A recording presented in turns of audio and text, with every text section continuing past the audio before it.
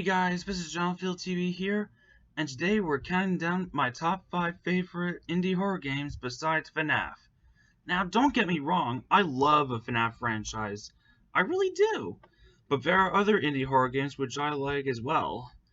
And we need to give loads of support as much as we did for FNAF. So, let's get right on to it. Number 5. Baldis Basics in Education and Learning. Now, this indie horror game is very basic, but it has pretty nice graphics to it. I really like Baldis' voice though. At first, I'm not really interested in playing Baldis Basics or getting into the franchise overall, but I did see Markiplier's gameplay video of it.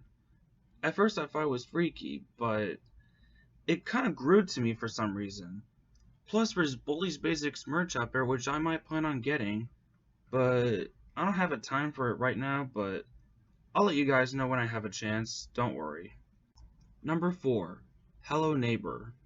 Now this indie horror game became an instant popular horror game for people to play. At first I didn't seem to get into that game, because it looks a little bit too freaky for me. Even freakier than FNAF, to be honest with you. But then again, it does look pretty promising when it grew to me. And guess what? There's also merchandise for Hello Neighbor, which I might plan on getting, but not right now. And yeah. Number 3. Dark Deception and Monsters and Mortals. Now this indie horror game became my instant favorite horror game of all time. I first heard about it when I saw Taste Gaming's gameplay video of it. And my favorite character of all time for Dark Deception would have to be Penny the Chicken herself. She is so adorable. I even made fan art of her being so cute all the time.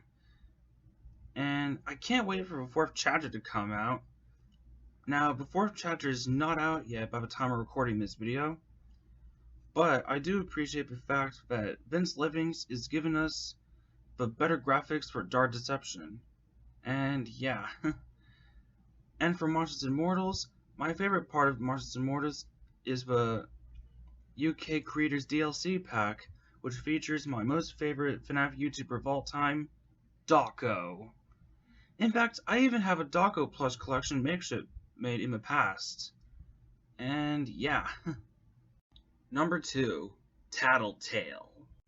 Now this indie horror game also became my instant favorite, especially since after I watched Markiplier's gameplay video of it. And a friend of mine really likes Tattletail. Shout out to you, Ms. Bubblegum and friends, if you're watching. But what's sad about the Tattletail franchise is that they never had any official merchandise. I mean, they were, but I've never heard from Fat Mojo or any other toy company who should make Tattletail merchandise. Now, this Tattletail toy reminds me of Furby for some reason, but it does look nice, and it looks way better than Furby, to be honest with you. Especially the fact on how creepy Mama Tattletail looks. And yeah. Number 1. Bendy the Ink Machine.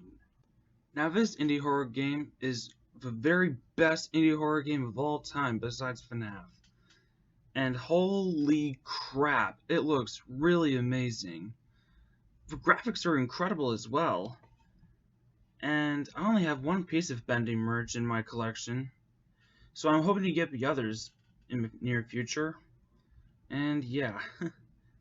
Well, that pretty much wraps up my top 5 favorite indie horror games of all time besides FNAF.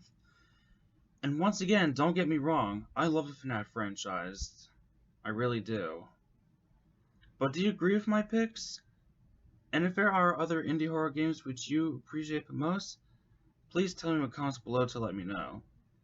Alright, that's it for my top 5 list. This is JonlukevilleTV saying thank you for watching, and I'll see you on the next video.